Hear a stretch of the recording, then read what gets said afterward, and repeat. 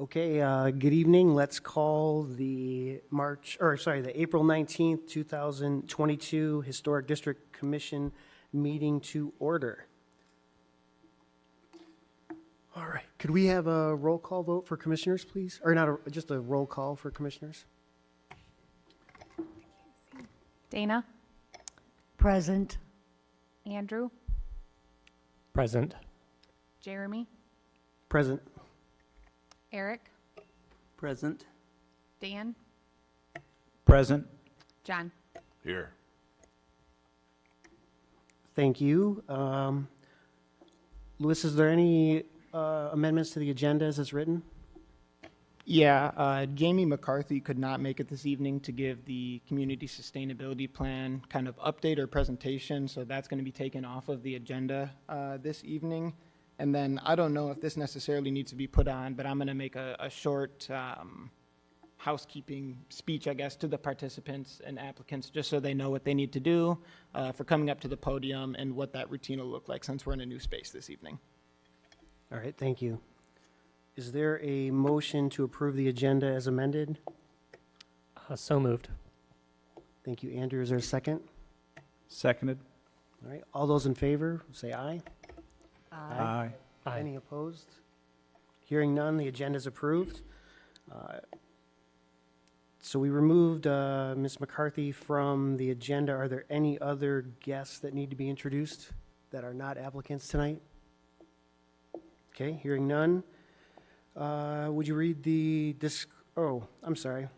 public comment on the non-agenda items. Is there any public comment on items that are not on the agenda tonight? All right, hearing none, could we have the disclaimer, please? Yes. Chapter 16, Section 22 of the City of Kalamazoo Code of Ordinance states, historical preservation is a public purpose. To serve that purpose, the Historic District Commission is hereby charged with the following responsibilities.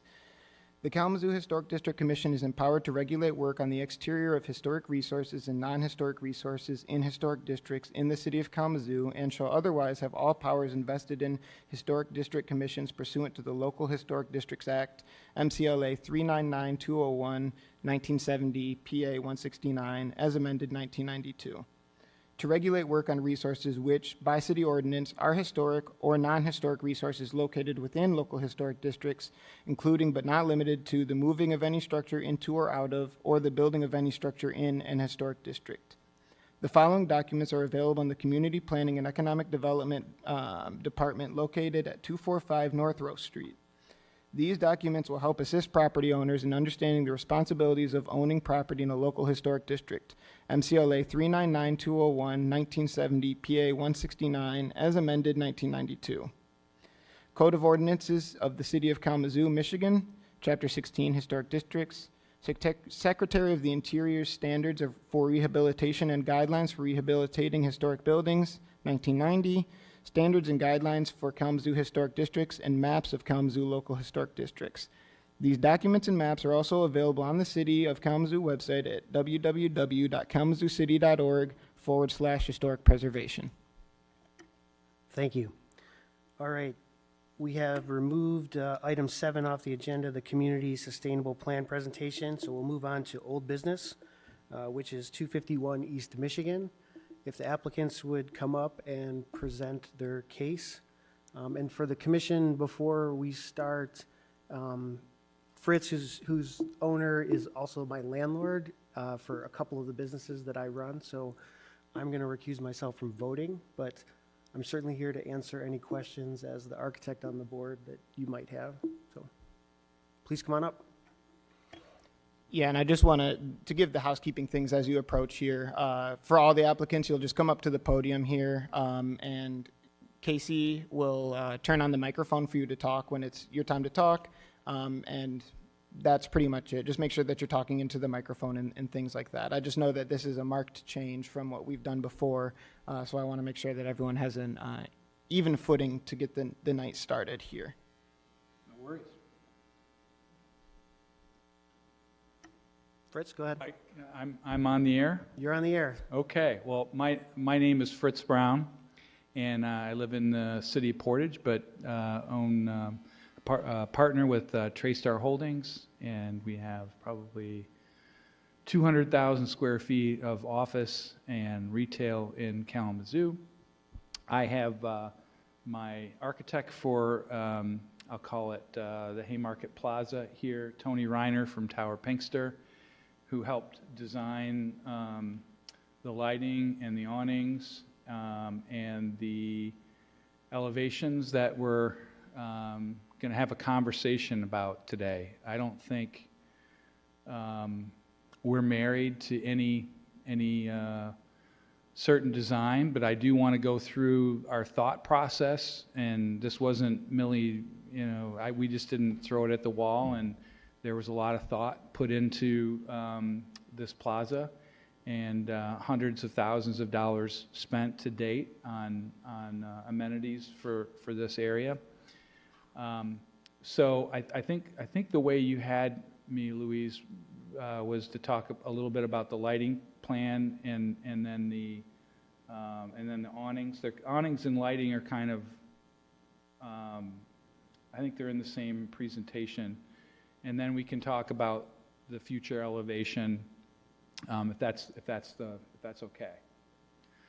Okay, perfect. So about a year ago, or maybe a little bit more, while our neighbors to the north were building the Water Street, $110 million Water Street project, we were left with a dilemma, and that dilemma was, okay, the folks that are in this building now are going to have to, they're not going to be able to look out the window and see, all the way north to Grand Rapids. They're going to see the side of this building. What do we have left here? So in a very generic manner, we worked with our neighbor to the north, put in snow melt, put in landscape forms furniture, put in designs, and really thought hard about how this whole plaza was going to work. And what was there before were, honestly, and I have photos that I brought with me so folks can see what this looked like beforehand. Can I give these to you?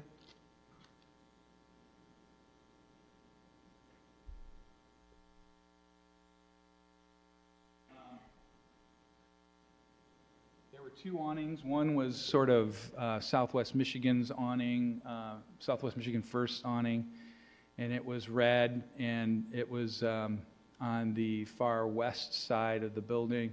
And then on the east side of the building, we had a rather broken up black awning that was there, and neither one of them were adhered to the grout. They were just stuck there in the brick. They weren't nothing particularly historic about any of those. The lighting was non-existent, and there were a few fixtures, but nothing that told a story, nothing that was interesting. It was very blah because it was facing a parking lot with that the city owned that was full of weeds, and it was a parking lot. So we hired Tony and his group to who actually designed the Water Street building for Greenleaf, Patty Owens' group, Catalyst, and asked him to think a little harder about what we might want to see in this in the future. And that's when we added kind of projection mapping against and that's been since installed. I don't know if any of you have seen it. And so he came up with some ideas on the lighting, making it more interesting, making the lighting kind of not only go up and down on the building, but kind of come across the new snow melt and new concrete. And and then with the awnings, he just sort of had these box awnings that we wanted to make sure that they are all consistent across the whole plaza. And in addition, we were going to stick some TV screens in there with art on it, because the whole theme of this alleyway now is sort of art. We've deeded the plaza at the far end next to the Haymarket to the Arts Council, and they run that now. And so we thought that this could be a really cool, interesting, sort of the belt-like, and we wanted it to look interesting. Obviously, we decided against putting graffiti on the side of our building, although that's probably more art. But the idea was to have it be very interesting and have it have an element of art, and so yeah. So that's, I mean, I'm happy to field questions on it, but it wasn't. We just didn't do it. We had a lot of thought in the whole process. I don't know if you have anything else to add to this. Well, I mean, you know, prior to the context of this conversation in regards to the sensitivity to the historical nature, I think just in general, the idea was, instead of the horizontal canopies that kind of fought the architecture, to suggest to Fritz to consider more vertical canopies that align with the rhythm of the architecture. And then in regards to the lighting, to help create a better sense of place back here and an amenity for the community, consider lighting in between the existing buildings, so that as opposed to just reading a facade from one end to the other, the lighting not only gives a sense of safety and experience, but it also starts to distinguish the buildings and gives them their own identity on themselves. And then the secondary element of lighting, as Fritz called graffiti, but there are some significant pieces of brick. So the thought was, could we have arms that could highlight a location for community art, whether it's sculpture at some point, or it's transient, it can move, or it's something that could potentially get attached. But in terms of the strategy, it was the canopies that follow the profile of the windows, lighting that separates and distinguishes the different buildings, and then additional lighting that could highlight unique opportunity for local artists to showcase their work. You said it a heck of a lot better than I said it, but yeah, and we're happy to answer any questions you guys may have. Probably, you know, in hindsight, should have, could have, would have gotten with Louise, and but again, with that, we had a long relationship with Sharon Ferraro, and it was always, you know, the front of the building was the most, I guess, historically sensitive, and the back of the building facing the parking lot, not so much. And so if we are to be ignorant of not getting in touch, it was ignorance through kind of experience of what was previously kind of considered the back of the building.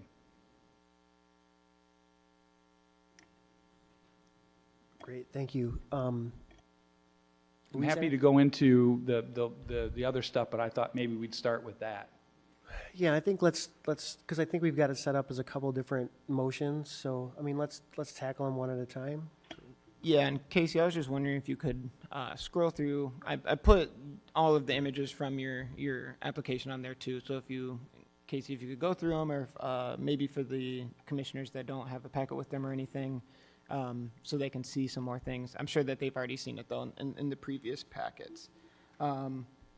So like Jeremy was just alluding to, there is 3 different things, and I divided it up for because I saw 3 distinct pieces of work, if you will, to be going on here.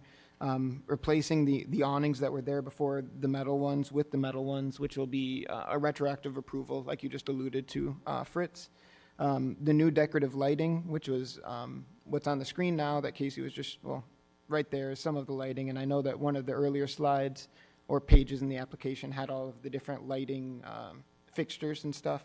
And then the new glass storefront, which we haven't talked about all the way, but like we already talked about, you know, it's 3 distinct pieces of work there that'll be going on. You know, the observations that I put in the staff report here were that obviously the awnings did replace non-historic awnings, so these new ones that were put up did replace ones that weren't historic. So I just want that to be on the record for everyone to know that is a fact.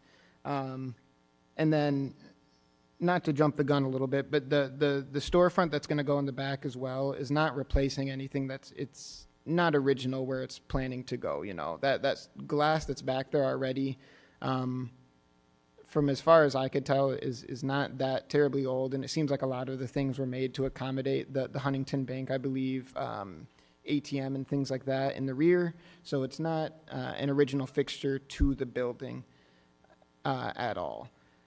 The only other thing that I noticed when I was looking through is that with both the lighting and the awnings, my preference would be, and I know that the awnings are already up, is that things that are affixed in the future, or I don't know how the commission will look at it, but things that are going to go into masonry should be affixed to the mortar, because the mortar is something that's supposed to be replaced and more ephemeral than the bricks themselves, and it's, you know, it can just be repaired a lot easier than a brick can. So for the lighting, I think that should be a big consideration, is trying to anchor that into the mortar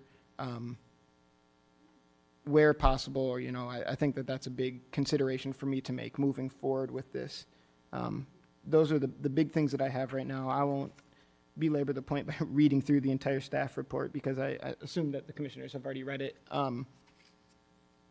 Another observation that I will make, though, is that the glass storefront that's in here, I don't know if Casey can find it easily or not. I didn't divide the thing up all the way. I thought it was interesting looking. There are some pictures. This one is fine here too, Casey, of the old sporting goods store that used to be in the Diesenberg Building, which is the building that the storefront will go on the north of. And I thought that the newer glass storefront kind of mimicked, I guess, the rhythm, or looked the rhythm kind of more closely aligned with the south face of the building before, more than the existing.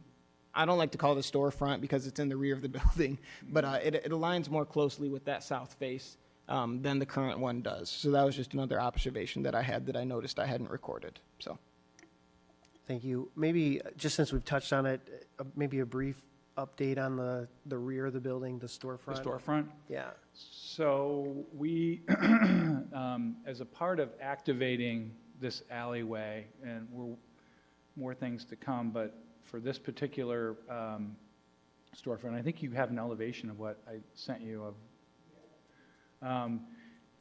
And I was fully prepared to come here and say, you know, we'll work with you guys to. The idea is we want to put an event space in there. We have partnered with a local group. We want to activate the space. We want to do weddings there. We have parking. We have everything. There's a demand for it. The people can go out after the wedding or during, can watch, you know, their family photos up on a giant, you know, the side of the whole building.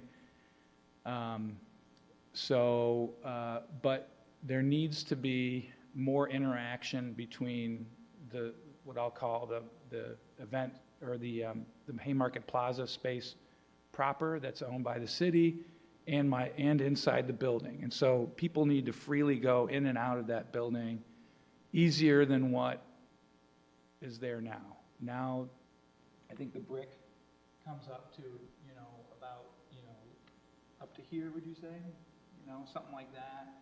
And the bricks across there, we wanted to eliminate some of that, and just so that there could be people walking in and out of that space a little more freely. I get that if there's stanchions or anything historical there, we would look at that and try to design appropriately to, you know, but still have the flavor of being able to have connectivity with the plaza. So that's really what we want. And then I will tell you, just, you know, this whole plaza is getting redone. We have recently purchased 215 East Michigan building, which is not historical, unless you guys tell me it is. I think it was built in the 50s. It's that, what I'll say, challenged bank. We just bought it yesterday. Bank branch that was Charter One. That's getting turned into a food and beverage venue as well. Really nice. I think everyone's going to enjoy once we can announce that. And so and then on the corner where Folio was, we are putting another food and beverage spot there. So everything we're putting in there is going to kind of work toward having this be a cultural slash, food and beverage slash gathering place for the public. And Casey, could you go to the elevations? They're just before the staff report. The page numbering got messed up, so I apologize for that. But it's some of the last pictures, and it says elevations across the top. Yeah. Could we go to that floor plan right before this for a moment? It might be helpful to, here you can see down, that's on Michigan, so you can see the structural bay and how that's expressed by the Adler-Sullivan architectural team. But if you then go to the alley, go to the north, you can see that there's been an ATM, there's been a fire stair, a shaft, so they've piecemealed in elements that don't match that historical rhythm. So our hope was looking at this, this is a good slide because it shows the historical integrity of the main elevation, the front elevation facing south on the left. The middle one's what's there today. So you clearly can tell Adler-Sullivan didn't design that glass piece in that storefront. So what we're trying to do is open that up, assuming it was probably back of house support for grocer, trying to bring it into a rhythm that aligns with the nature of the brick and the architecture and the openings. But ultimately, giving better access to the building visibly, better sense of daylight, letting people see that there's activity in there, but then working with those datums still that you might find on the south. One thing that Fritz was talking about is between the two doors. Currently, that you can see there is a brick knee wall that's painted. So considering looking at bringing that glass all the way to the bottom, again, just helping people have that visual connectivity inside out, and potentially putting forward to you a consideration for those to be operable, so there could be sort of an indoor-outdoor experience. Couldn't have said it better myself. Great, thank you. Questions, commissioners? Thoughts? I think we're open for discussion. I do like your ideas where you're talking about projecting and engaging with local art, or if you have a venue, you just switch that computer. Mm-hmm. You've got good parking, which is nice. We need parking. My question is volume of parking compared to the green space that you have. How I can't really tell from the print, how big is that space? If you're talking about having weddings or a large amount of public using it, well, if that's a small little courtyard, it gets filled up quick. Where do the people go? Well, so it's narrow back where where it starts off of Edwards Street, and then as it goes into the next to the Haymarket Building, it opens up, and that's where we see we see people walking down there, seeing what's in there, going in and out. We also own the parking lot right where the old, for those of you familiar, where the old Wendy's was. That's 112 spaces there. So we imagine, and we partnered with Catalyst for our folks to use that parking. So most of the people, and the fire marshals all over this, and I have people on the city as a part of our Haymarket Plaza oversight committee. And so there's always going to be a maximum amount of people at every event. But the restaurants kind of at the Haymarket Plaza down next to the Haymarket Building, where it opens up, there will be 2 restaurants there. One, the Wine Loft is having their outdoor seating kind of against the Haymarket Building, where they've moved it. Actually, they're going to have it in conjunction with what they have in the front of the building and an element in the back. And then the 215 Michigan Building will have its own outdoor seating for that new food and beverage use. But we aren't going to put more people in that alleyway than the capacity. But it is rather large. I mean, it's got to be, 25 feet across, even at its narrowest? Yeah, it's pretty sizable. So in that little green space, it looks really nice on the print. How many people, 25 people could comfortably fit in there? Or 10 people can sit there? You mean the green at space tables? against in the Yeah, alleyway? where you have it kind of fenced off and there's a tree and whatnot? And am I looking at Oh, the right you're looking at at the very far end. I added those pictures just to show you that we're doing more of the same. That's the building you just bought. What I showed you on those is a building we bought. Got it. Okay. And I was it's another building. my confusion. I didn't mean to confuse you. Yeah, no, but We own the whole block all the way. The only thing we don't own is the bridal thing. We own everything all the way up until the Monroe Building, which is that column building. So we basically own that whole block. We're planning on activating all the spaces and all the alleyways going north and south, activating those with lights, making them, you can see today our alleyway kind of that goes between Main Street East and another building we just bought. We've put snow melt in there, all sorts of lighting, trying to activate all of the north-south coming off of Michigan Avenue. Yeah, I really think you're on the right track, trying to engage Yep. people and get a place that's comfortable to be. Yep. Yeah, so, thank you. I have just a quick question about what you were alluding to earlier about sort of the permanence of both the awnings and the lighting. I think one of the things that we always consider is in the future, how easy would this be to remove it and bring it back to the original? As far as kind of the method of construction, could you talk just briefly a little bit about, I think especially with the lighting, since the awnings, this is a retroactive question. With the lighting, is that something that's possible to be installed in such a way that it's not going to make permanent changes to the structure, and in the future, if it needed to be changed, it could be? So it's been installed. So that ship has sailed. I'm happy, and I actually asked Louise if we could have the meeting over there. I'd walk you through and show you what we did. I'm not sure whether we put those into the grout or into the mortar. I'd have to look. My guess would be every place where they could put it in the mortar, they are, without, they're going to want to make sure it's even across, and if it deviates a little bit, because these are old buildings, we tried where we could. So does that mean that this changes that to also a retroactive approval? Because right now, that's not how it's listed. That's a good question. I think in the essence of it, it would, yes, because it will be a retroactive approval. But obviously, it's not worded that way. Jeremy, I don't know if you have any insight into. Yeah, and there's, I think, three fixtures, and it delineates, like he said, it delineates the buildings. Yeah, I mean, I think if they're in, it would have to be retroactive. I don't know another way that we would do it, so. So then, I would, Apologize for that. I thought you guys knew that we, and it was, yeah, I thought you guys knew So, that. so I have a question here. Why is it retroactive? Why did you not come to us before you did this? Again, when I think I mentioned something briefly when I started talking, the idea that anything in the back of this building facing a parking lot, when I originally talked to Sharon Ferraro, we didn't think about this. Folks put up ATMs, people put up awnings. Southwest Michigan First put their own red awning up. There was nothing historically significant in my mind.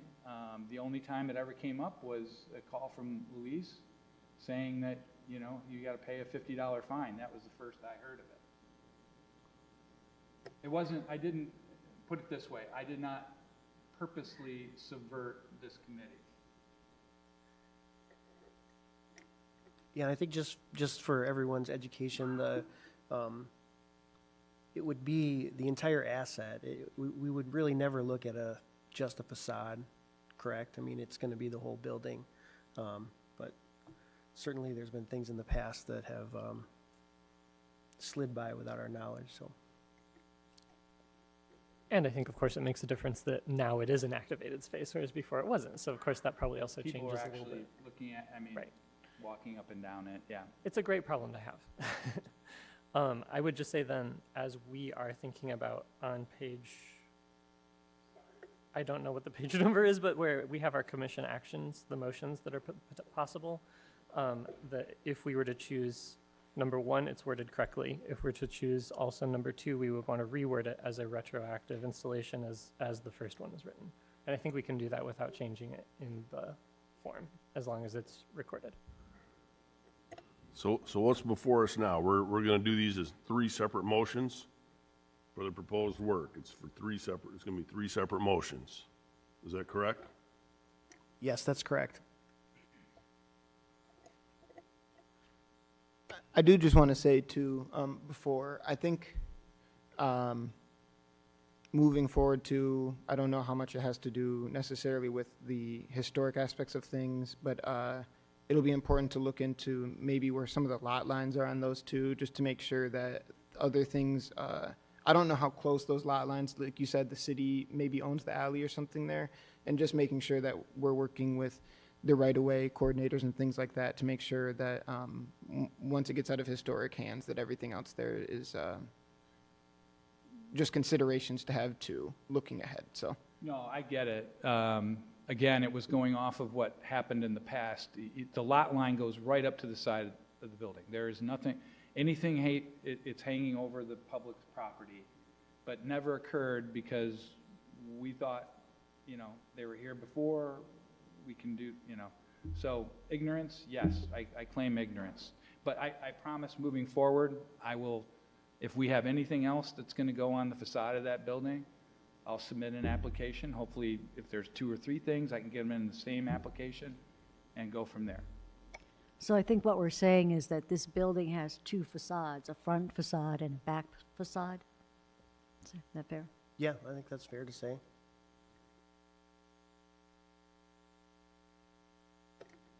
So I think for me, the only thing that I really had questions about is the proposed changes to the storefront. I appreciate what you were saying about potentially making my chair go down as I'm sitting here. This is weird.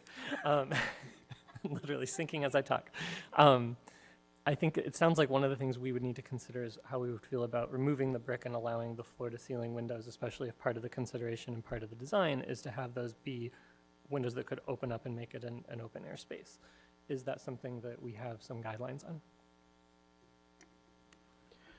Do we think the brick is original? Tony, do you know? I mean, I've heard rumors about it being an overhead door in the past for, like you said, back of the house grocery. I don't know. Luis, I don't know if you've been out to look at it closely. Is there any thoughts on that? Yeah, I mean, I did look at it, and I talked with Sharon about this extensively to pick her brains what she thought about the building. I guess just because she's been around longer than I have, and she's seen the building go through more transformations than I have. So this is the Diesenberg Building. It was a Adler and Sullivan building, and it was originally a grocery store, which just makes me think then that the rear of it probably was some sort of way to offload groceries into the building, right? I think that probably the functionality of the building was paramount to the design back in the day, and being able to get your goods into the store, especially because that rear space was an alley, and thinking about that this is oriented towards what was the main strip in Kalamazoo, right? So that front space was the show-off space or the primary facade, what have you.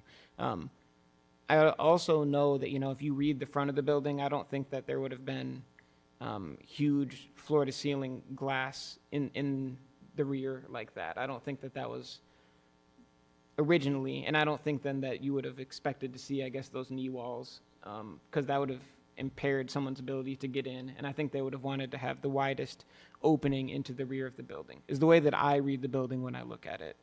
Again, I think that it's educated guesses at best, because we don't have photographic evidence of the rear, but I don't think that those knee walls are original, no.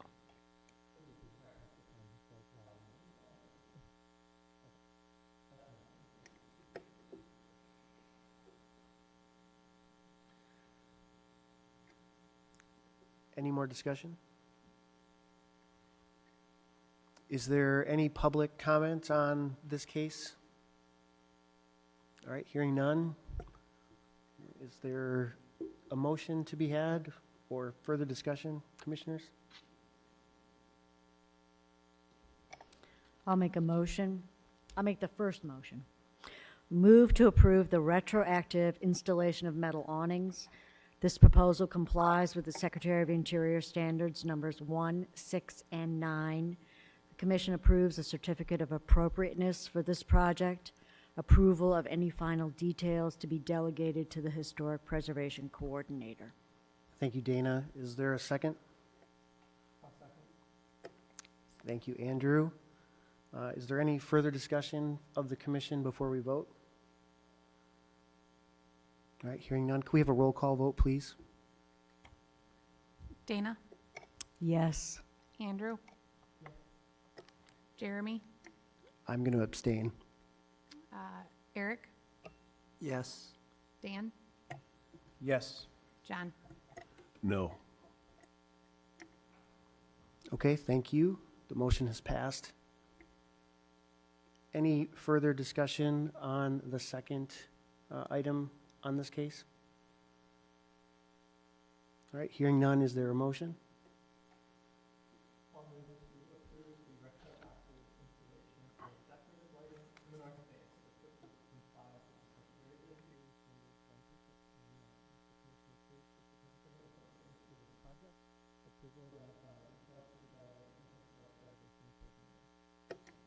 All right, thank you, Andrew. Is there a second?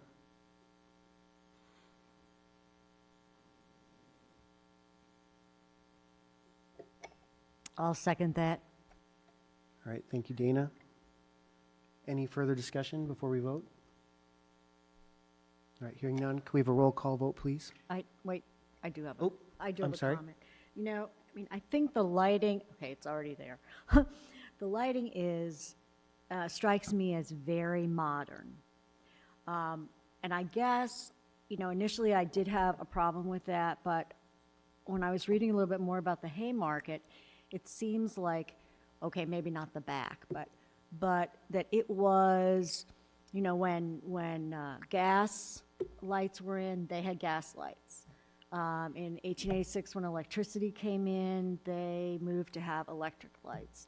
So I think there is a sense of history in the sense that this building was always like au courant, on the edge, you know, had the latest whatever. So for that reason, I'm going to vote yes. Thank you, Dana. Anything else? Yeah, I guess, like, I'm going to vote yes, but the order of operations is really throwing me in the situation, and I understand the ignorance factor, but having a historic building, you know, like, it's just the whole building, front and back, and I understand maybe in the past, you know, some of the things were going on, but yeah, I just have to say that is throwing me in being more behind this project, because, you know, we set a precedent here. We're moving forward with other maybe less scrupulous developers will just do it and then come in and ask for forgiveness, and that part I do not like. Duly noted. Yeah. Thank you. Anything else? All right. Yeah, I want to comment real quickly. Noted what Dana said, and of course what Dan said. I think the big question to us as commissioners, or as developers even, is what kind of a space do you want this to be? Is it a modern space, or is it a modern space with a hint of what it once was? I think that's the kind of thing we need to keep in mind. Whatever that is, I don't know. But you're moving in the right direction by making the space usable. That's all. All right, roll Okay. call vote, please. Dana, Yes. Andrew, Yes. Jeremy, Abstain? Eric, Yes. Dan, Yes. John. No. All right, thank you. The motion is carried. All right, last but not least is the alteration to the rear storefront, I believe we're calling it. Any discussion? Okay. Is there a motion to be made?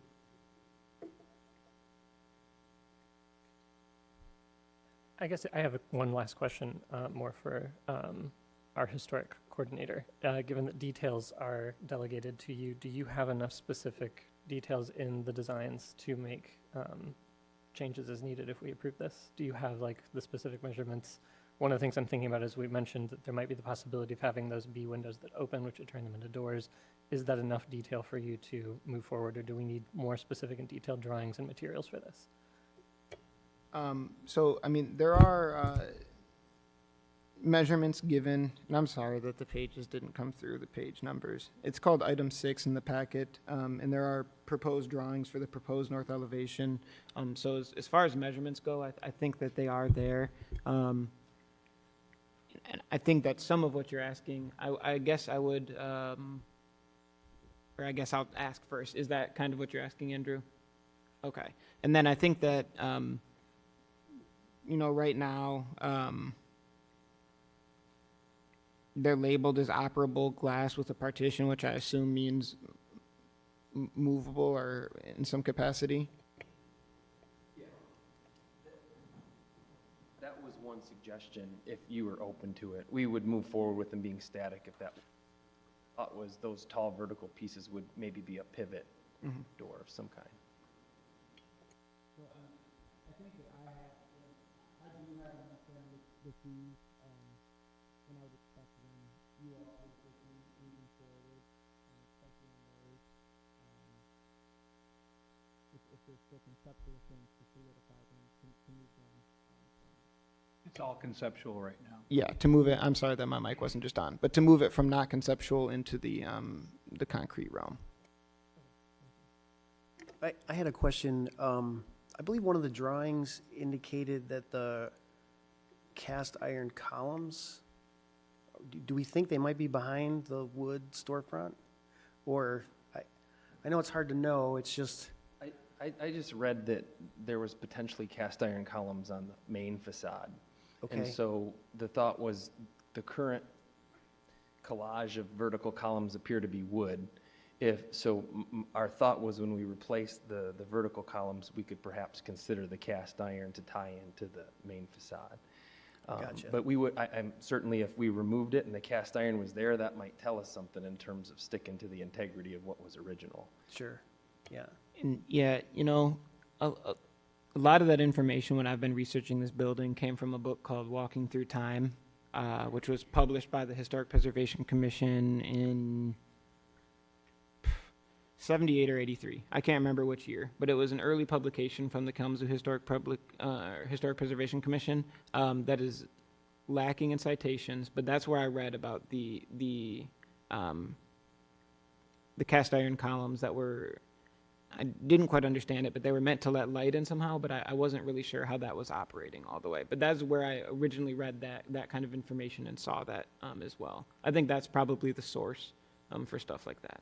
Okay, and obviously if you found them buried in there, we would keep them and figure out a way to work around them. The idea is, I think, is that we would start our demo of that elevation, assuming that the knee walls are okay to take out. And once we get enough demo, we can bring whoever in to, you know, see, you know, what's our next move. I think we can work with you guys. We don't want, you know, to make it look goofy, but as long as it's doing what we want, we're open to how we get there. Okay, I'm comfortable with that. I'm ready to make a motion if everybody's good with the end of discussion. I'll move to approve the construction of a new glass storefront in place of the existing storefront.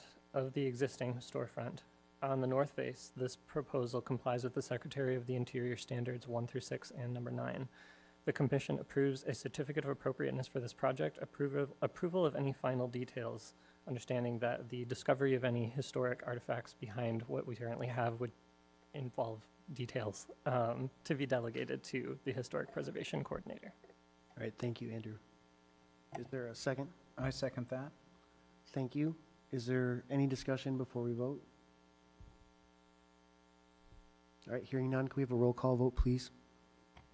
Dana, Yes. Andrew, Yes. Jeremy, Abstain? Eric, Yes. Dan, Yes. John. Yeah, the only proposal that's followed the well-established protocol in the historic district. Yes. All right, thank you. The motion has carried. Thank you.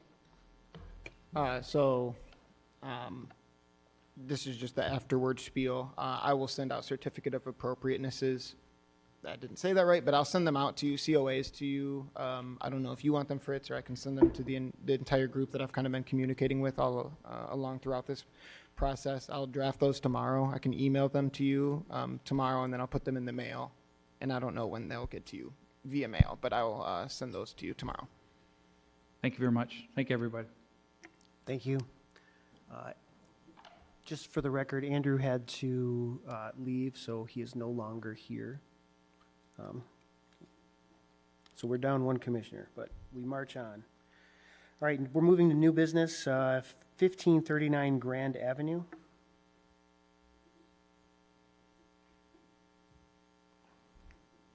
Good evening, how you doing? Good, welcome.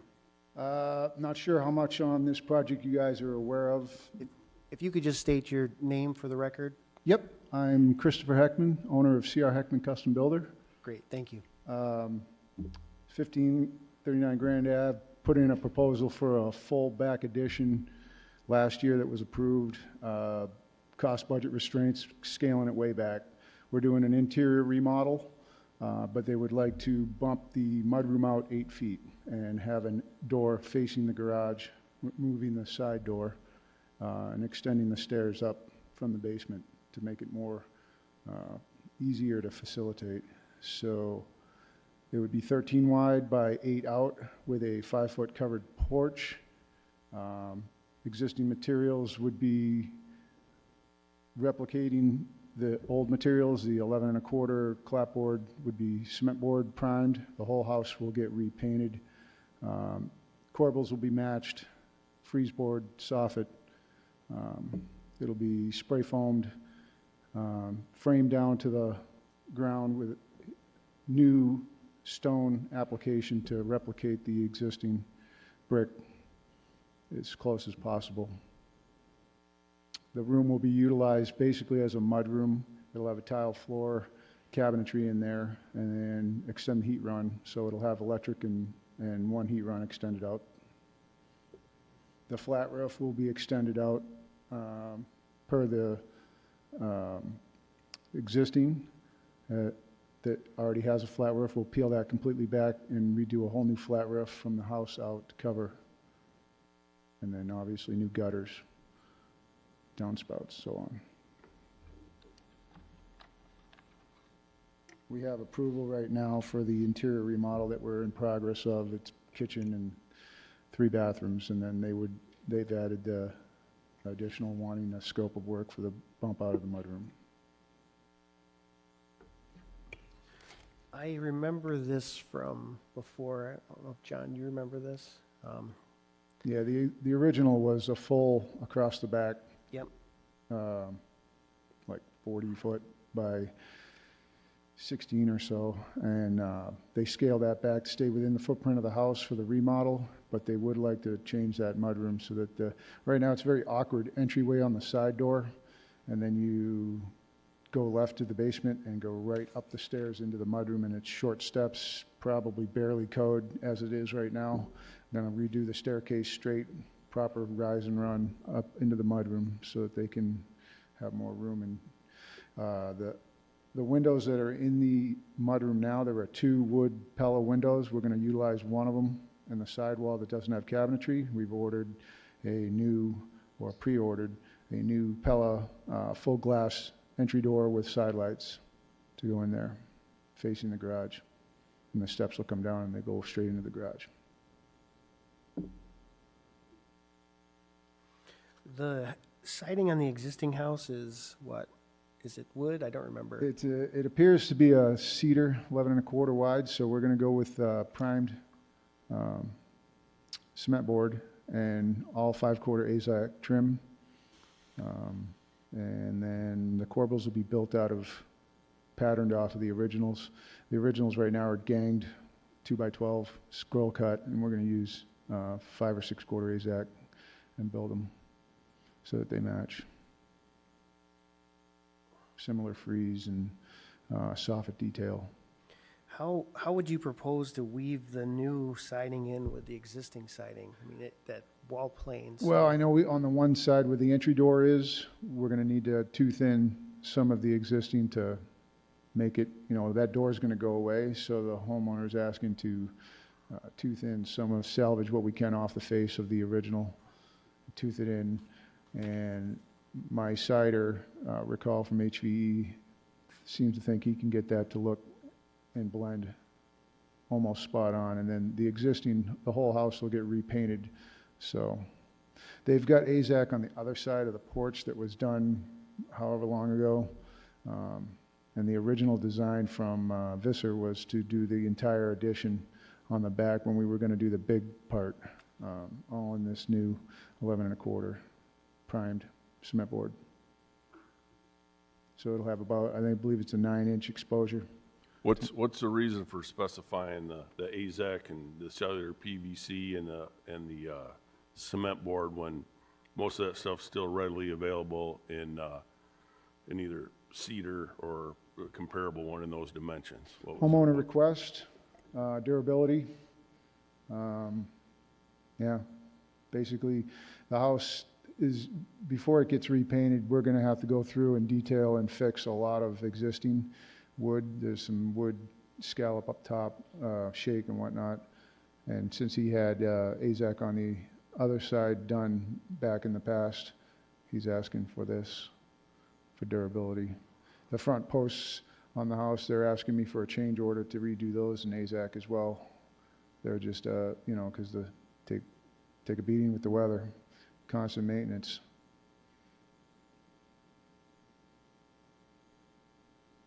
And I believe I was looking through this house's property files, and I believe that the work was done, I want to say in 2012 or 2013. The work that you're referring to, the previous work, just so the commissioners are aware of the year that happened. I'm not sure on your question if that can be, if the 11 1/4 can even be purchased or found. It can be in the cement board. We'd have to do some digging to see if we could even find it to replicate that. My cider was extremely cautious when he saw that.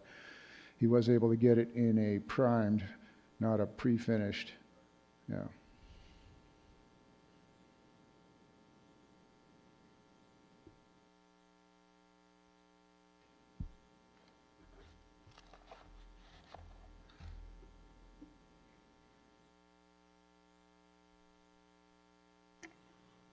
Thoughts, discussion from commissioners? Well, I'll add a little more to the discussion. Everybody knows I'm not opposed to alternative materials, especially since it's getting harder and harder to find stuff that will match the original or be similar, especially in those dimensions. I guess everybody here's got to make up their mind. I mean, most of this is rear elevation. Correct. Right. It's facing Henderson Court. Yeah. I mean, everybody knows I'm not opposed to, say fiberglass columns, because they're almost imperceptible if you pull that off right. But the people presently on this commission are going to have to make up their mind whether we're going to move more and more into, because this could all be done. But like the builder said, it will be hard to get some cedar beveled siding of that dimension. You can probably find it. I know cost is not supposed to enter into our decisions here. It would be very costly. You could if you go to Westwood Lumber or something like that, you might be able to find it, but that's going to be, you're right, that part right there will be a little bit of trouble. But I guess you have to make up your mind what our parameters are for it.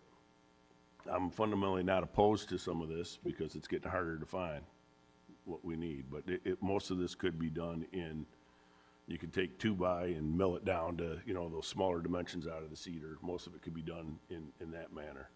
More priming and painting. I'm familiar with the AZAC. So. Just a side note, I'm not sure if Louise knows the garage was built, probably 8 years ago. And it was done all in cement board and AZAC. Yeah, I think a lot of that stuff was put through together. Before a lot of this work was done, I don't know if you guys are familiar with this house at all, but it was like a greenish blue. When I was looking through the pictures, and on Google Earth right now, it's still the greenish blue. So I was having like a hard time finding it when I was looking through the property files to see it. It's really turned around a lot. And I think that, yes, it was around either the 2012, 2013, or a little bit of a later round when that was added. And as you alluded to before as well, the bottom right picture here is from Henderson Court. I wasn't really aware that it did butt up to Henderson Court, but it's hard to see it unless you were being very intrusive on the property to see the addition. I had a hard time getting good pictures to kind of represent what was going on, because right now there's some trees in front of it, as you can see in the top right corner, and then stepping back to Henderson Court, you almost can't see it. So am I correct in assuming that this is replacing the previous proposal for a much larger other Correct. wing? Okay. Yeah, budget came in way over what they wanted to spend. So for the interior remodel, we're staying within the footprint of the kitchen and the bathrooms, but they would like to extend out the mudroom just to facilitate it easier.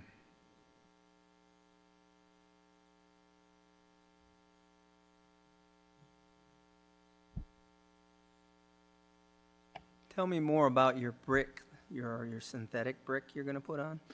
Well, the brick that's on the house now, impossible to replicate. So the options would be to find one that's close or go straight to the ground with the siding, which would leave a break line, right? So the other option would be to get a similar brick, lick and stick type brick put on there and repaint the entire brick foundation all the way around the house so that it blends in and matches. Yeah, I mean, the dimension of the brick would match, but the color and texture might be a little off. But if we repainted it, which is what the neighbor did next door, they had their whole exposed foundation repainted so that you could see where there was an add-on put on there, and once it's painted, unless you walk right up to it. So you're planning on painting it anyway? Yeah, the whole house is going to get repainted, Yeah, correct. well, that would be my concern. This is happening a lot, even downtown. Instead of going with brick, they're going with a cast concrete or something like Right. this, and it just kind of, Now, the idea is to make it look like it was always there, good. as Yeah, close as good. possible. Sounds like you're, Yeah. yeah, thank you.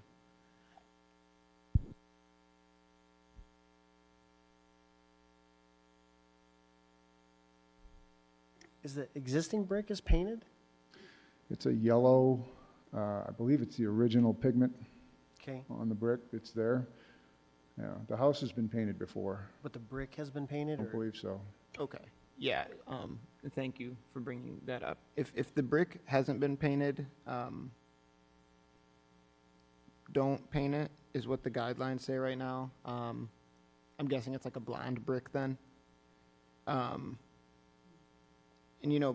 the discussion that we've just been having kind of about, I think that when it comes to to backtrack a little bit, the siding, you want it to obviously have some sort of blend from the new into the old, just for protection against water infiltration and things like that. But then I think also just aesthetically, there needs to be some blend, right? I'm not sure how much, I guess, looking at the standards to me and considering them, how much it matters, I guess, for just the foundation, which I don't know how tall this foundation is, that it matches exactly, because one of the Secretary of the Interior's paths of thinking, if you will, is that there needs to be some distinction between new and old. I think for new generations to be able to delineate what's going on and what an addition looks like, and it's, we're not trying to replicate anything. This is a rehabilitation, so I think that the delineation is appropriate, and I don't know how appropriate it is to have something that matches one-to-one.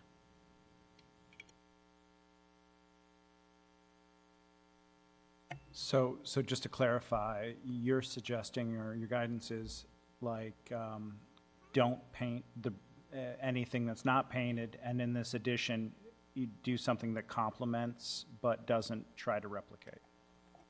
Yeah, one of I want to say it's a standard. We don't regulate on paint in the historic districts. But we do say that if masonry is not painted yet, don't paint over it. Okay. And I would divert back to you a little bit, Jeremy, and I think it's just not that good for the masonry, and you could be trapping things in potentially that you don't want to be trapped in to the masonry. And I guess besides the practical reasons, it's just in the letter of the standards and guidelines that we will be acting off of as a commission. And I think that you said it well, Dan, that there should be some distinction between the two, and complementing is really what we're looking for, complementing in the new designs, which I think really honestly opens up all applicants to a wider array of possibilities if you're looking to complement rather than replicate or match. So that was the homeowner's thought process. The mudroom as it sits right now on the floor plan jets out from the house 6 feet maybe, and we would be adding on to that. So my thought would be possibly do some sort of a cultured stone around the original bump out and the new addition so it looks purposeful. That's a possibility. We could come up with some materials and find out. You've got about less than 2 feet exposed, but still, I see the point. It needs to be, purposeful.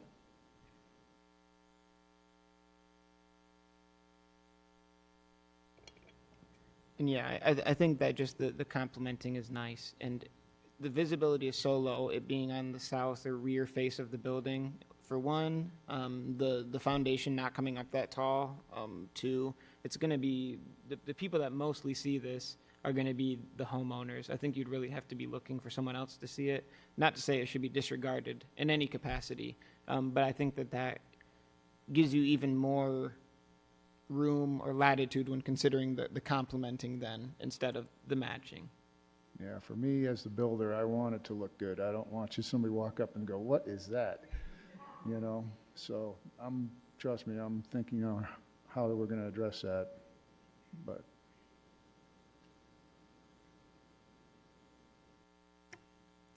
is there any public comment on this case? Okay. Further discussion? Is there a motion? All right, John? I move to approve the addition on the south rear of the house as presented. The proposal complies with the Secretary of Interior Standard 9 and 10. The Commission approves the certificate of appropriateness for this project, but any approval of final details to be delegated to the Historic Preservation Coordinator. I think you and Luis can figure out what's got to happen there. I second the motion. All right, thank you, Dana. Discussion before we vote? I think I just want to be clear. I think it's the commission's, well, I'll speak for myself, but that we don't want to see the existing brick painted. no, I didn't either. I brought that up only in discussion based on what was presented to me. And I'm thinking to myself, I want to make this look better than that. Brick Yeah. doesn't hold paint, especially the original Patina. Sure. So, I think as far as the details being delegated to you, Luis, I don't know if we, I'll find samples and we can have a meeting. Yep. okay. Oop, can we have a roll call vote, please? Dana, Yes. Jeremy, Yes. Eric, Yes. Dan, Yes. John. Yes. All right, your motion carries. Thank you. Yep, and I will be in touch with you. I'll draft up their certificate of appropriateness tomorrow and send it over via email to you and the homeowner. And then I'll also email it out. And then, as you said, we can get together and have a discussion about some of those foundational materials. Okay. So, Should I reach out to John on the addition to the permit? I'm sorry, to John, the building inspector, we've already got a permit issued for the interior. Should I ask him for an addendum to? I think that, and I'll need to check, and I think that I just need to approve it and then two different ones? Okay. Okay, I will speak with him and then I can get in contact with you as well, so. Great, It thank you. wouldn't hurt if you want to reach out, but I can talk to him tomorrow, so. Very good. Yep. Thank you. Yeah, of course, Thank you all. Great, thank you. All right, next up, we have 511 South Woodward.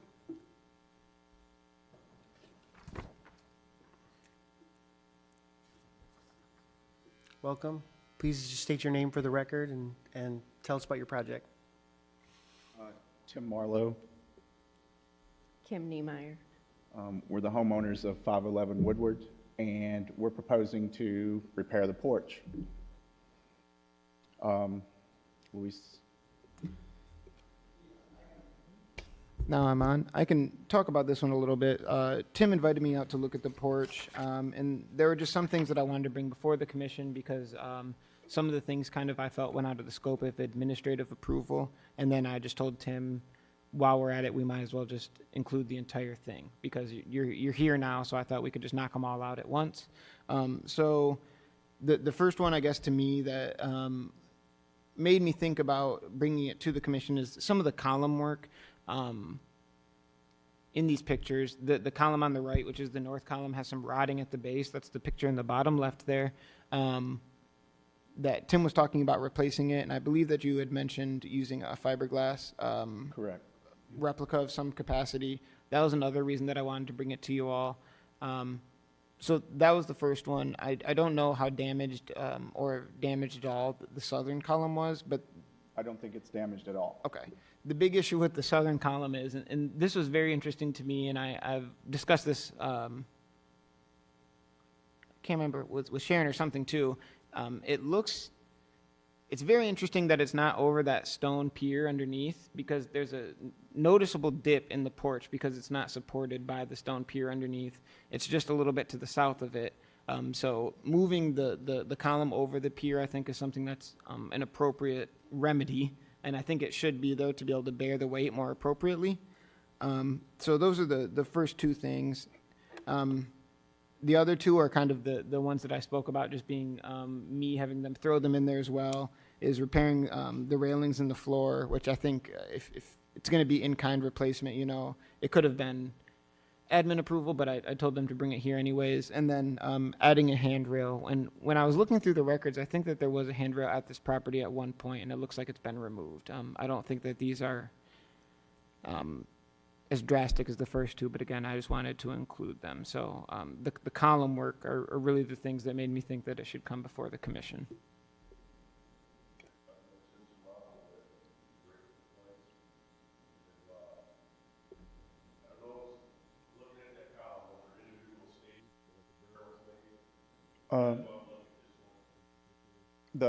When you say the column, yes, yeah, there is obviously it's the hollow column. Yeah, it's rotting on the outside. Excuse me. That's the only area of that column that we're viewing in that photo that has got deterioration, or is That it kind kind of of rot, punky yes. all the way around? Yeah, there may be a couple of areas where it's soft, but that's the only place that you could dig through it easily. Has anybody talked to you about a product called Abitrons, the wood epox? I've heard of that product. That might work there without looking at it, without taking a closer look at it. But you might be able to repair that column to what it looks like without having to go to the trouble of replacing the whole. Right, and my concern with the southern column is once we move it, I'm hoping that it will, it doesn't, I don't know.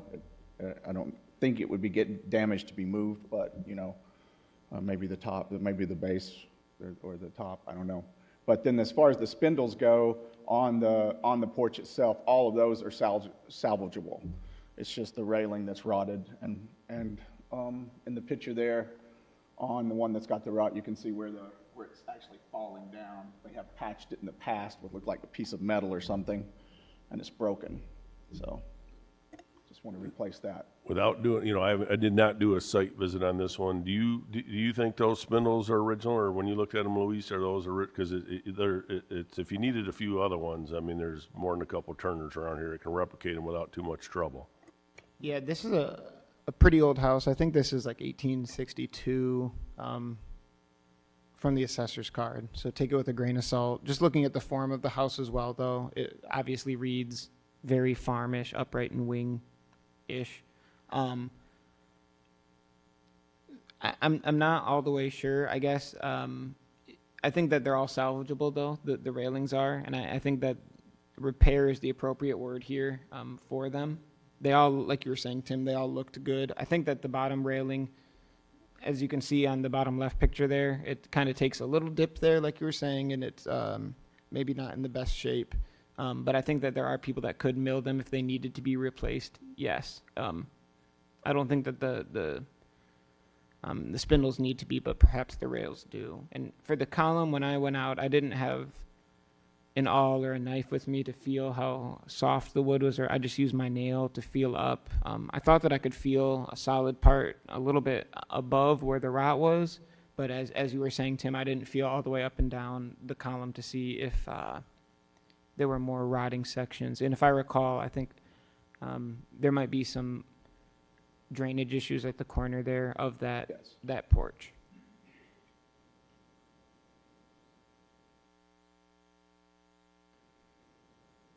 You said the plan was to replace with fiberglass, is that correct? If we need to replace it, I mean, if I can patch it, I'll patch it. Okay. The less is more with me. Sure. But there are obviously areas that are going to have to be repaired. I'm not going to make a motion on this one, but I think as long as, we put in there, they've obviously already been working with the Historic Preservation Office. I think without doing a site visit, it looks like everything can be repairable, but if not, as long as the columns are matching the style, I'm fine with the synthetic column. So, but I'm not going to make a motion on this one, but that's my commentary. Okay, thank you. Other comments? Just looking at it, on the surface, it does look like a thing where you could patch it, and I would much prefer to see a patched original column, just thinking out like 20 or 30 years from now, whoever has the house in the future, they would be much happier to have that than a fiberglass one. And I guess I just think too, and I'm not an architect or an engineer at all. I don't know what the process of moving the southern column looks like at all. Removing it, first of all, to be moved. I am a firm believer that it needs to be over the column. I don't know. It's odd to me that it's not over it, I suppose, especially with the age of the house. And Jeremy, I don't know if you have any insight into that, but I also don't know if it's how much weight it's bearing or anything, but it's certainly dipping the floor under that section. And one more tag-on item to that is, John, you were speaking about the Abitron. I don't know if you know about how well that it holds up to the water that'll continue to hit that, or if that'll be, how long out do you think that'll support it if it's repaired in that capacity?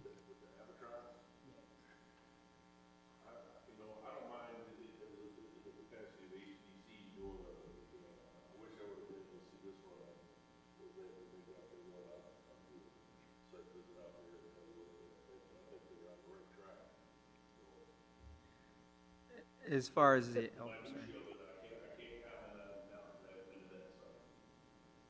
So I have a question. So you're going to move the south column over the pier. Are you then going to widen the steps to run that whole distance? Well, that's a good question, Dana. I had not thought about that. I mean, But you could, you could. I assumed that the column was there, or the steps were run to the column to support the railing that used to be there on that side. So if you move the column, The only sign of a railing there is on the left side. on the left side, okay. Yeah, it's not ever been attached to the column. It doesn't look like. Okay. There is a shadow mark on the, I'm getting confused in my directions, but in the left side of these photographs on that wall just outside of the door, there is, yeah.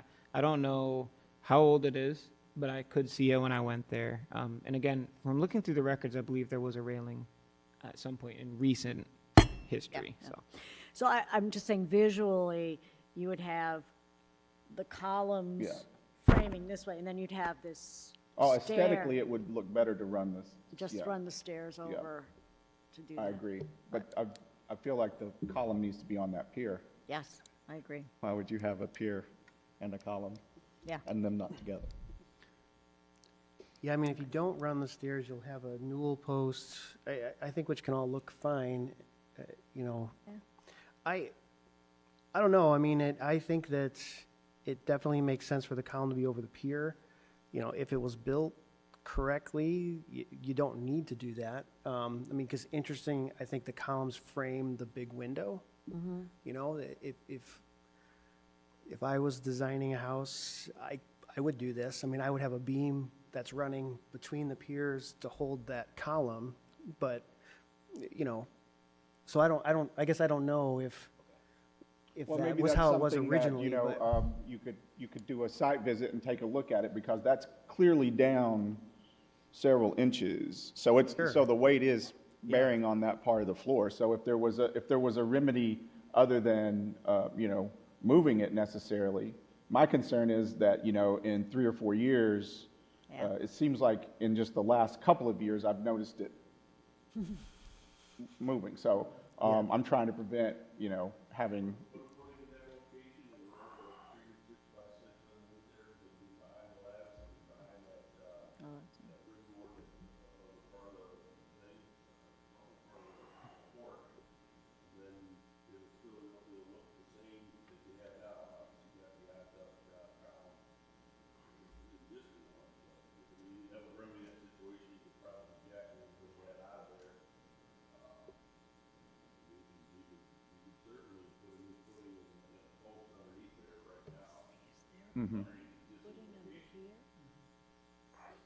Yeah, there's no doubt from the picture that it's sagging and you know, it makes me wonder if there's more rot under the column, you know, however the joists are. I have looked under there, and there is not any like if there is no rot under there. I call it the band board. I don't know what the technical phrase is, but the board that's directly under the column is showing wear, like where that weight is on it. And there's a little bit of buckle at the top of that, and I think there's some accompanying rot there as well. But I watch the porch, you know. I mean, I look at the ceiling and stuff, so there's no crack. You know, it's not like it's moving quickly. Yeah, I think either solution is fine. I think it's whatever you want to do.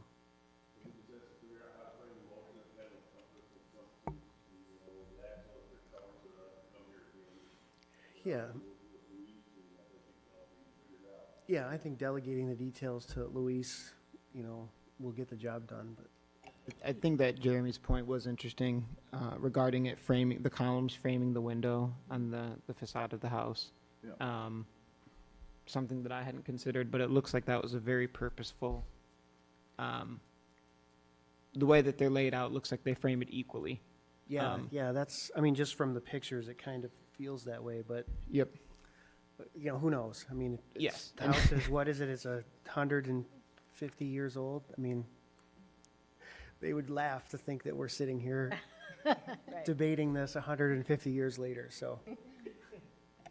I would also say if you widen the stairs, then suddenly your gate isn't lined up and your sidewalk's not lined up. Right. And Yep. you just have opened yourself up for a lot of corrections. Yeah, that's right. Thank you, Dan. All right, do we have a motion?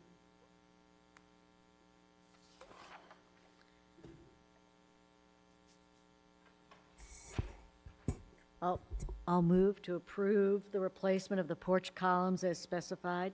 The plan substantially complies with Secretary of Interior Standards Numbers 1 and 6. The commission approves a certificate of appropriateness for this project. Approval of any final details to be designated to the Historic Preservation Coordinator. All right, thank you, Dana. Is there a second? I don't know if I can comment on that motion. You can. Can I? Go ahead.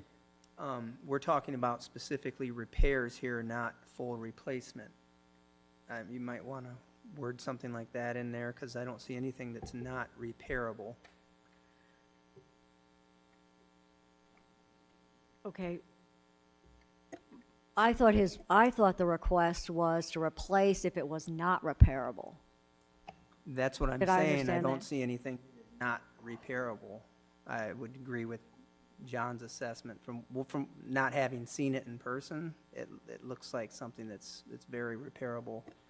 It does look repairable. It all looks repairable to me, but without, you know, you're right on without that. But at the same time, I wanted to be clear in this commentary that I was not opposed to new columns as long as they matched and that was delegated to the Historic Preservation Coordinator to make sure that it wasn't something totally incongruous with what's going on over there. So I ask you, Dan, do you want to? I'll withdraw the motion. Okay. Do you want to make a new motion, or? Okay, so how about this? Second time around. I will move to approve the repair and, if necessary, the replacement of the porch columns as specified. Plan substantially complies with the Secretary of Interior Standards numbers 1 and 6. The Commission approves a certificate of appropriateness for this project. Approval of any final details to be designated to the Historic Preservation Coordinator. I will second that. All right, thank you, John. Any further discussion before we vote? I guess I just want to reiterate for the record, the Commission's preference is to repair, and we'll leave it to you, Louise, to thread the needle as to what needs to be done if that's not possible, so. Yep, thank you. Okay, could we have a roll call vote, please? Dana, Yes? Jeremy, Yes. Eric, Yes. Dan, Yes. John. Yes. Okay, the motion carries. Thank you. And I just, sorry that there's a lot of emotions on all these guys. I was still getting used to it, first of all. But I don't know then how you guys want to handle the discussion of the movement of them and as well. And I think that the movement of the southern column, I don't know how that'll be handled. I guess the motion will be framed. And then I think that probably 3 and 4 could be grouped into one motion about repairing the floor and then adding a handrail. I think that those are, it's your guys' discretion, obviously, but to not beat them to death, so.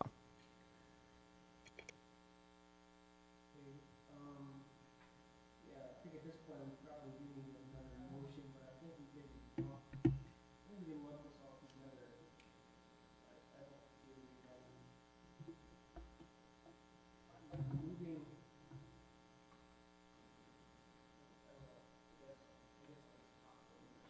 moving.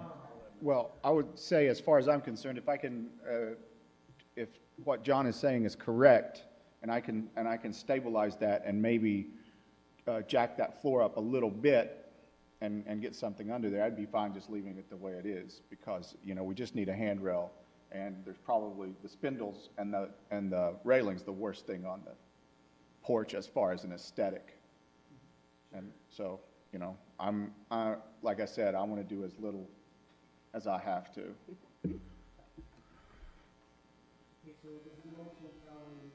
This motion would probably need to be rethought a little bit.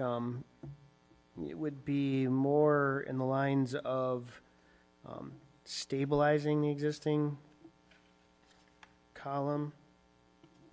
I think it, you know, in a way, Our purview though, I mean, what he's gonna be doing, that would all be underneath there, it'd be something structural. I mean, that's not gonna affect, from what I can tell from what I'm seeing here, it's not gonna affect the aesthetic of anything at all, what he's doing under there. yeah, I think it would, you know, as long as the lattice stays in place. If the lattice comes down someday, then it's certainly going to be visible, but. Yeah, I agree. If it's to be looking at the aesthetics of it, then it won't. It would be easily correctable if the lattice did come down, it'd be easy to conceal again. A lattice or a skirt of some sort. And I think that if you're looking at it as repair that won't have an exterior visual change, there's a gray area, because if the skirt comes down, then it becomes a visible change if you put a footing up. But if it stays, then you know it's not. So those are my 2 cents regarding that. Okay.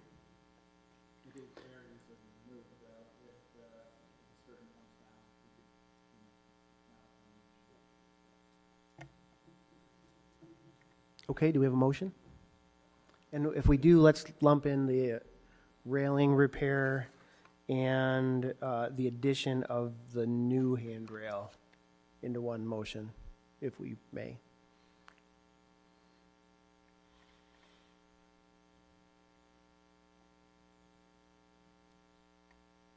Okay, I'll take a stab at it. How about I move to approve the moving of the south column if necessary, and the repair to the railings and the floor in kind, the replacement of the steps in kind, and the addition of a handrail. The plan substantially complies with the Secretary of Interior standards number 1 through 6. Commission approves a certificate of appropriateness for this project. Approval of any final details to be delegated to the Historic Preservation Coordinator. Okay, thank you, Dana. Is there a second? All right, thank you. Any further discussion? Okay, could we have a roll call vote, please? Dana, Yes? Jeremy, Yes. Eric, Yes. Dan, John. Yes. All right, thank you. We're good. And again, I'll send you guys a certificate of appropriateness tomorrow. I'll get that drafted up, and then we can talk further about stabilization efforts. We can look at that, or we'll just move forward from there. So, thank you. And thank you, Commissioners, for bearing with my lengthy motions. I'm probably being a little bit too verbose at this point, but I appreciate it. No worries. I think in the past we have In the dark. sort of approved the plan. You know, we've kind of lumped a bunch of stuff in. I think on the Haymarket Building, I think that made a ton of sense. Like on this last one, I think we probably could have smushed it all together. So awesome, thank you. All right, next up is 902 South West Nedge. We are running late. So thank you for everybody's patience. All right, please state your name for the record. Jason Newton from the Science Center here in Kalamazoo. Great, thank you.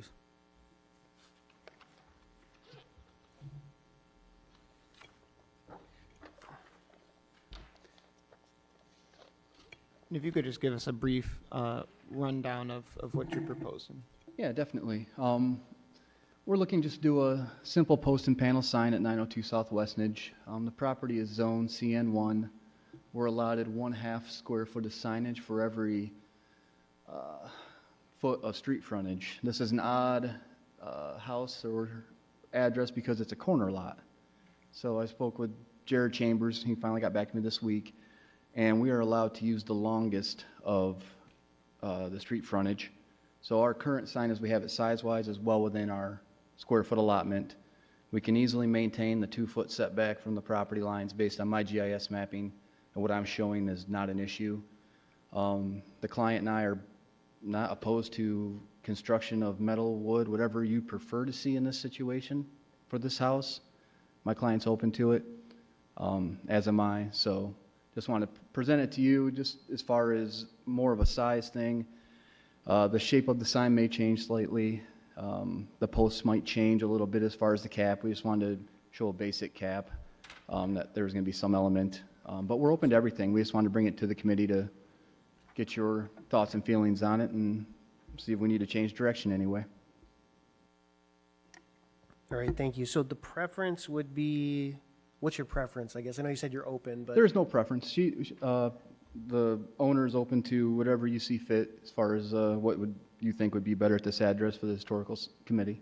Would you use Altera or Medex? Do you guys still use that stuff for the signage? We can. Because you can't tell once it's. Exactly. It looks like what you're proposing. Exactly. As long as it's, that's a composite glue, Altera. Yep, that's old school. That's one we used to. I've been here at been at Science Center 21 years, and that's we used to throw that around. We used to throw that one around a while back. Things have changed a little bit. I would say there's other alternative materials, but along the. Yeah. Oh yeah. Yep. Definitely. Yep, so we could do something like that if that's what you would like to see here, no problem at all. I'm not opposed to a fabricated aluminum cabinet, aluminum post welded, cedar sandblast, but whatever the commission would deem appropriate. Yeah, I mean, I think it's, obviously, it's easily removable. You know, and will be removed someday, would be my guess, so. Yeah, and not attached to the home. We're not touching any of the historical properties of the home here.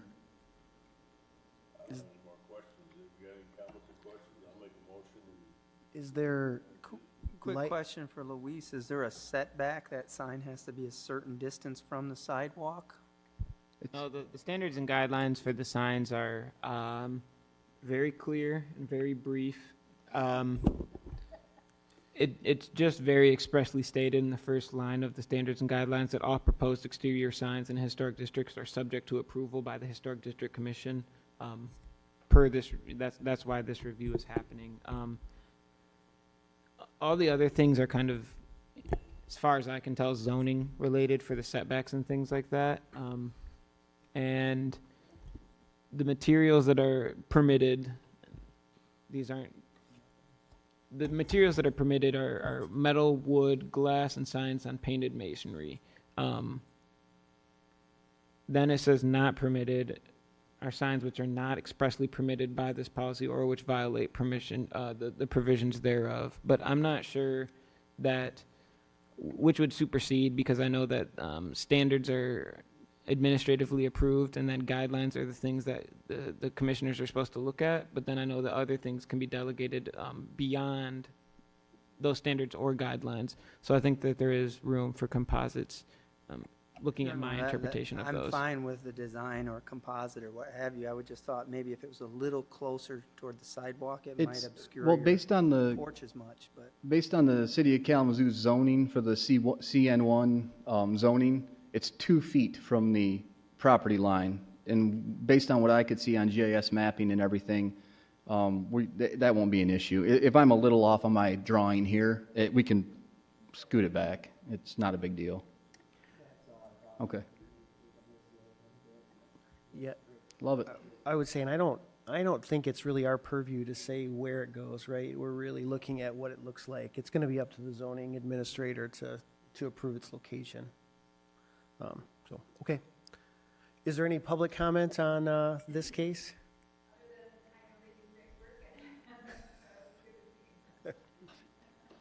Thank you. Okay. Further discussion, motion? I'm making a motion that we approve the wood and aluminum painted sign as specified. The plan substantially complies with certificate of appropriateness for this project. Approval of any final details to be delegated to the Historic Preservation Coordinator.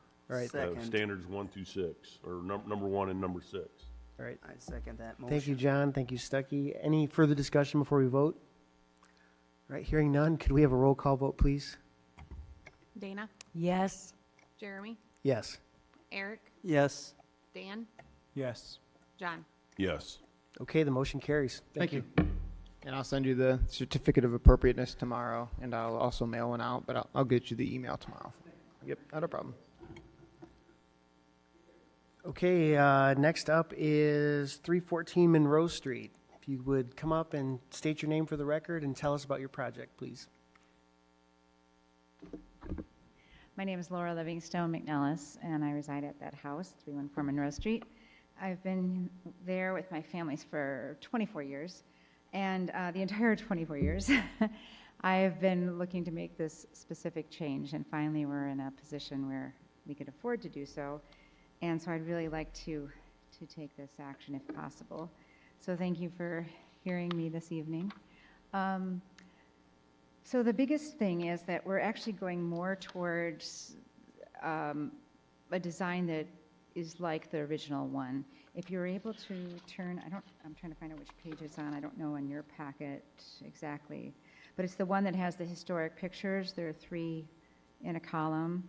The top picture shows cement steps, looks like 3 or 4, with like a wrought iron handrail going up. And you can see that the door was like I believe it was a storm door with another, interior door tucked right in the corner there. And then there was a window to one side, and then the window that's all lit up. And then below that, I believe this was in the mid to late 80s that this change was made by Doug Squires, who was the son of the previous owner.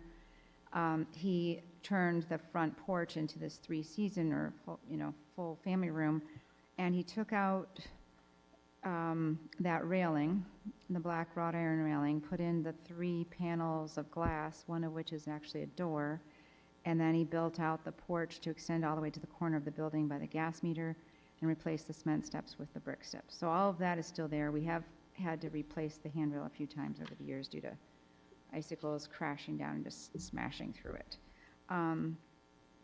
So as you can see, though, when you look at the house and the pictures that Louis took there's the picture, let's see.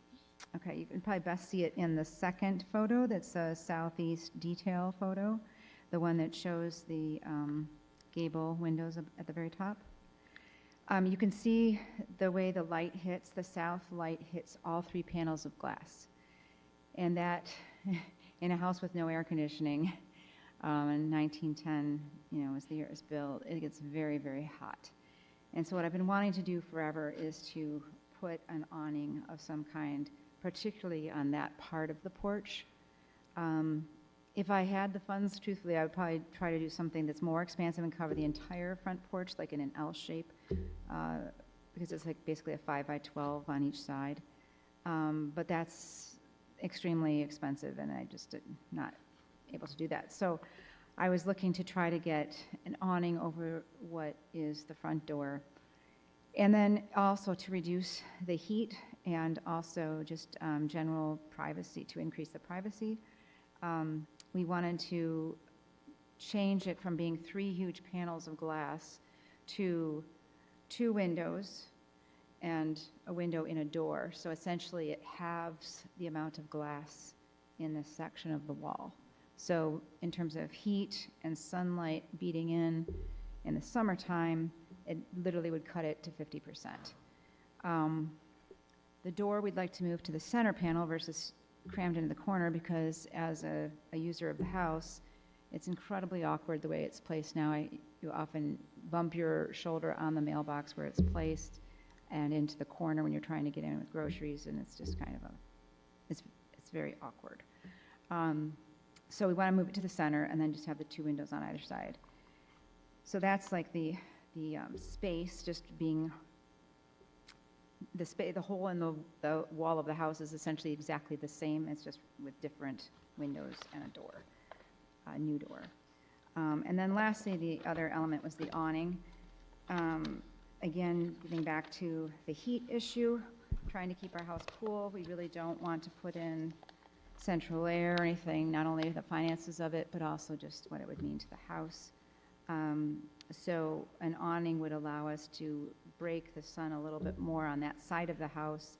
And then I think I mentioned also in the application, I have a daughter with skin cancer, and so trying to have some sort of break in the light and provide some options at different times of the day for her to sit outside but not in direct light would be really wonderful. So that's the overview. And I guess I'd just like to find out what everyone thinks about these plans and see if there are any questions I might answer. There's a lot of different awnings in the package. Which awning are you thinking about? Yeah, I do have a preference. I try to give a variety to sort of present some options that I think could work in that particular space, but the one that I think is the best is the one that's, it's in the Titan series, so there's a series of pictures that goes 3 across horizontally. Yeah, I think that's, yeah, that one. So the first one, the one with the darker, like filtered light panels, it would be the top one that looks like it has a yellowish background there. Yeah, that one. Yeah, you had your cursor just to the left of that, with the one without the blue sky, the one that has like, yes, the first one on the left with, So it's the one with the yellow siding, which is actually the color of our house as well. So that's the one I think would be the easiest to fit to the house, because if you look at the pictures of our house, what used to be the front porch, that roof is very small. There's almost no distance between the edge of that roof line and the gutter to the top of the door. So there's almost no space to attach anything. And looking at that particular awning, it looks like it needs very little, I don't know what the terminology is, but the bracket between the roof, I don't know, the awning itself and the bracket to the wall doesn't have to be very big. That was the biggest trick, was trying to find awnings that would be stable, that would do the job, and also not require a lot of height. Because in the third one with the bricks, you can see it's suspended way above, and that just doesn't work with our house. I did have a bunch of people come out at different times looking over the last several years, trying to think about how this could work. And most of them said it's really a tricky roof line, and yeah, that would be quite the rebuild if we were going to do the whole thing. So, okay, second best option, just do part of it. So that first one is the one I'm most interested in. It would be almost identical to that image. It would have the door on the left underneath the awning, and on the right would be one of the two windows that we'd be putting in that's taking the place of a whole glass panel.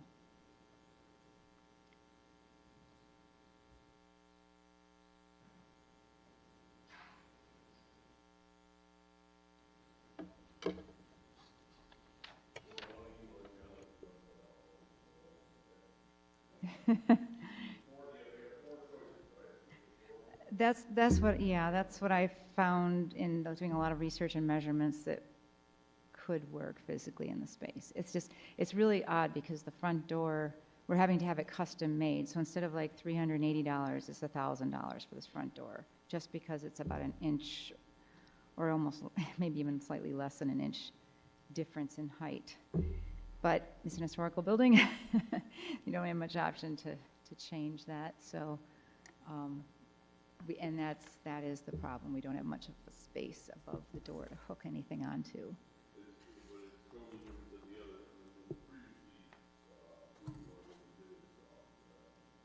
Oh yeah, those, yes, those are canvas, and they're on the side of the house. And those, frankly, I chose canvas for those and aluminum frames, because I figured that eventually our pine trees, which my son and I planted when they were 3 feet tall, would serve the purpose of blocking the windows. And they're at that point now. They're almost, one of them is taller than the house itself. And so I figured, well, when the canvas starts shredding due to sun rot or whatever, we would take those down and just allow the trees to block that light, or filter it rather. So I don't see those staying on for too many more years. They've been up there, I think, since 2007, so 15 years. So. I had a question for you, Louis. Yes. Louise, I'm sorry. I don't think we've approved awnings in my whole time on the commission, and we've had 2 of them come up tonight, so it's super interesting. But like, what is a standard for adding awnings where they weren't historically there? And just maybe, could you talk a little bit about how this is a non-contributing property to the district? Because I think that has a pretty big relevance here. And I was sitting here searching for, I'm like, man, I really remember this. But then I finally saw it on here that you did come in last year for a consultation. Yeah. Because I thought I was going crazy. No, I've heard all this before. But if you could talk just to the commission a little bit about what that means, because I feel like that has a pretty big impact on what we're doing today. So. Yeah. So I think I'm going to start with the non-contributing aspect of it. I went back through and found, first I have in my office the binder that has the draft of the West Main Hill Historic District, which was written in 2007. And in there it was deemed non-contributing. And then I found the actual draft that went through ordinance. And I found in both cases it wasn't contributing. This one was the non-contributing aspect is just that it doesn't have the qualities of integrity that other historic homes had, that not to reuse the word in the explanation, but that contribute to the historic district as a whole. So this doesn't retain, and from what I could read, they were using kind of the National Register guidelines. This doesn't retain like the design or feeling or integrity, in air quotes, or the things that would have been original to it in 1910. So thus it was not listed as one of the buildings that contribute, again, sorry to go in circles, to the overall district. This was made in 2007. It's the youngest of all the historic districts. I don't know how many other houses on this street were non-contributing, but when I was reading through, the person that wrote it, in effect, said that because there were so many alterations to the house over time, it's hard to read what the original form of the house was, and thus they can't deem it a contributing structure. So sorry, that was kind of a roundabout way to explain it, but that's kind of the shorter explanation. Awnings in the historic district guidelines, it seems to me, are very oriented towards commercial buildings. A lot of the language speaks to street level awnings, valance flaps, and then also things like storefront openings, which to me pretty much reads on main streets, how they would fit above transoms or how they would be used for people at like store windows is the way that I kind of read how the standards were written.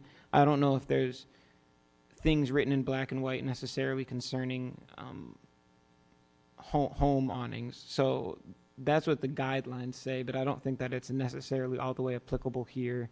And again, guidelines are the ones that are open for more interpretation, I think, by the commission. Did that answer kind of what you were looking for? Yep, thank you. Yeah, the non-contributing portion, I think that solidifies it in my mind more. Further discussion?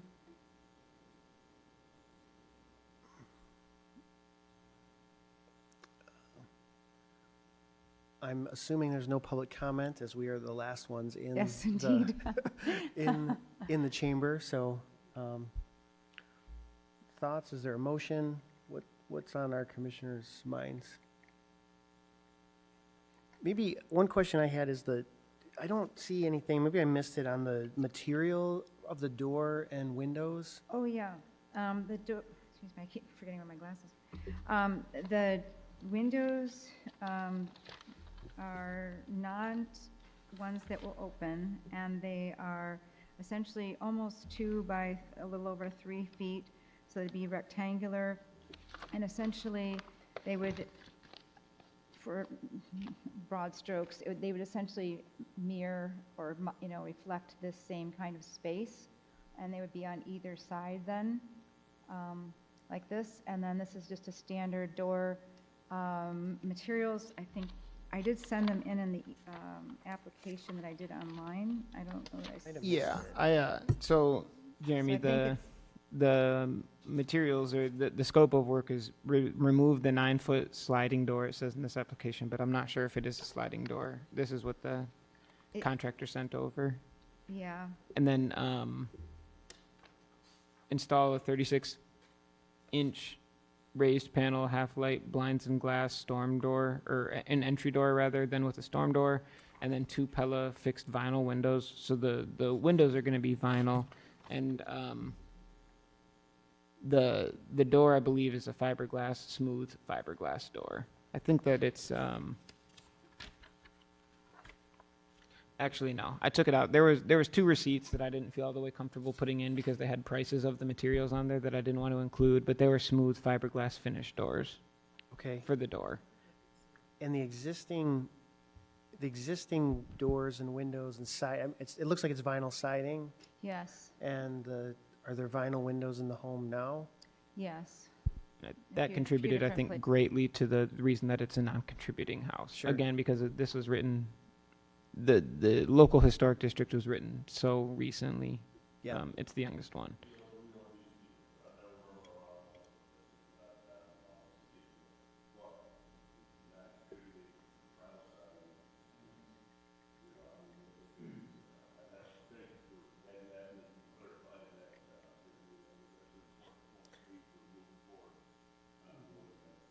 Okay.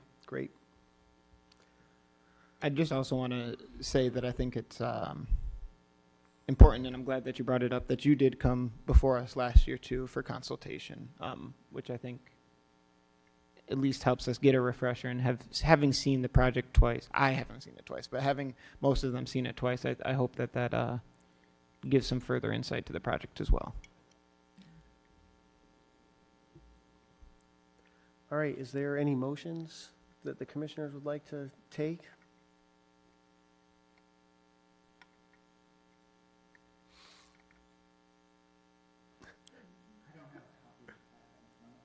Okay. I'm on a roll. I move, now, do you want to do this as two because they're different parts of the house? I don't think so. I Okay. think we can approve the wrap 'em plan together. as it's submitted. I'm going to move to approve the replacement of the front door with 2 windows and similar door as specified, as well as the installation of an awning on the south side as specified. These plans substantially comply with the Secretary of Interior Standards numbers 1 through 6. The commission approves a certificate of appropriateness for these projects. Approval of any final details to be delegated to the Historic Preservation Coordinator. Great, thank you, Dana. Is there a second? I second that. Thank you, Dan. Any discussion before we vote? All right, hearing none, can we have a roll call vote, please? Dana, Yes. Jeremy, Yes. Eric, Yes. Dan, Yes. John. All right, you're all set. The motion carries. Thank you very much. Okay, thank you very much. And I'll send you the certificate of appropriateness via email tomorrow, and then I'll also mail you one. We can discuss anything further that you need to with the project, so. Very Yep, good. we'll Thank be in you very touch. much. Yep, not a problem. Thank you all. And I just want to say, as a person who's gone to college here and grew up as a teenager college, and being a resident of Kalamazoo, I just so appreciate the historic nature of our city and the commission and making sure things adhere to those standards. So thank you. Thank you. All right, moving on to approval of the minutes from last meeting. Is there any amendments to the minutes that we need to note? All right, hearing none, is there any motion to approve the minutes? I move to approve the minutes. All right, thank you, Dan. Is there a second? I'll second. Thank you, Dana. All those in favor, let's say aye. Aye? Aye. Aye. Any opposed? All right, hearing none, the minutes are approved. Luis, anything to report on the administrative approvals? Just that there has not been a lot. As you can see, we're way down. I think that the last month's meeting, there was a lot because we had missed a couple months, and then I'll just use this time to say, additionally, there were quite a few new purchases in the historic districts. Considering it's only been 1 month, there was 20 purchases, and I think about only 4 of those were owner occupied. So just something to keep on the radar. I don't, it's just interesting. I always enjoy looking at them, but I'm just a fanatic about old houses, so that's probably why. But so approvals have been down, but purchases I think have been up.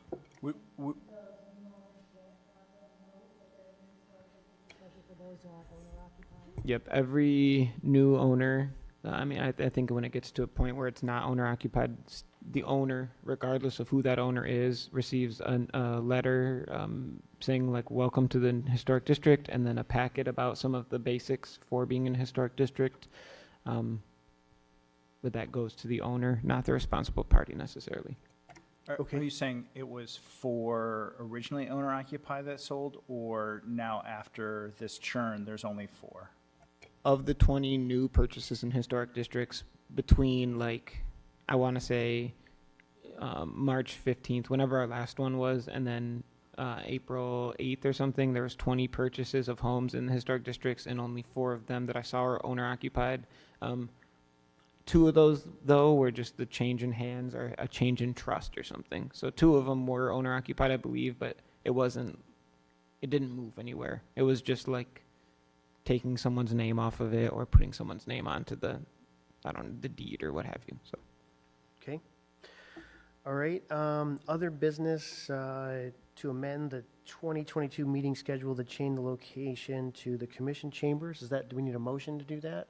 Yeah, so since we didn't get in here the first time, and I had kind of neglected to follow up on this all the way, I was just speaking with the clerk's office, and it just needs to be moved by the commission that this will happen. And then I need to notify that you guys made the election to do so. Okay, great. So is there a motion from the commission to amend the meeting schedule to change the location of meetings to the commission chamber for the rest of 2022? So moved. Thank you, Dana. Is there a second? Thank you. Second. Thank you, Eric. I guess we'll need a roll call vote, please. Dana, Yes. Jeremy, Yes. Eric, Dan, Yes. John. Okay, that sounds great. Anything else? I feel like we've covered it. I will say this is the longest meeting that I have presided over. I prided myself in quick meetings, but here we are, 2 hours. So is there a motion to adjourn? I motion to adjourn. Thank you, Dana. Is there a second? I second that. Thank you, Dana. Those in favor, let's say aye. Aye. Any opposed?